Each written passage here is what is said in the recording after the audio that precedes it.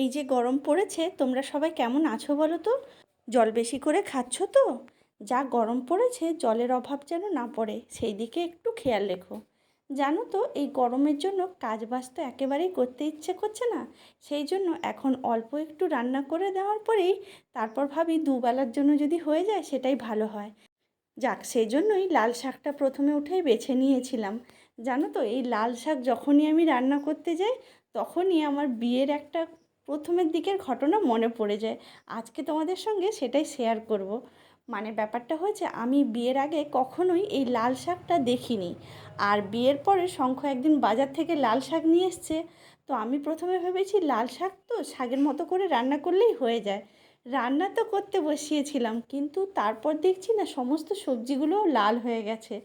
তো আমি তখন ভাবছি যে এটা খাবো কী করে। মানে খাওয়ারটা ব্যাপারটা কিছু না, ওই লাল ব্যাপারটা না আমি ভীষণ ভয় পাই, মানে রক্ত বা ওরকম কিছু ব্যাপারটাই ভয় পাই। আর সেইটা দেখেই তো আমার হয়ে গেছে। তারপর থেকে বহুকাল আমি রান্না করতাম না। লাস্ট কয়েক বছর আমি আবার এই বিট হোক কিংবা লাল শাক হোক এগুলো রান্না করা শুরু করেছি। আচ্ছা, তোমাদের কি এরকম কেউ আছো যে আমার মতো অভিজ্ঞতা তোমাদের আছে? আমি কিন্তু এরকমই করেছি।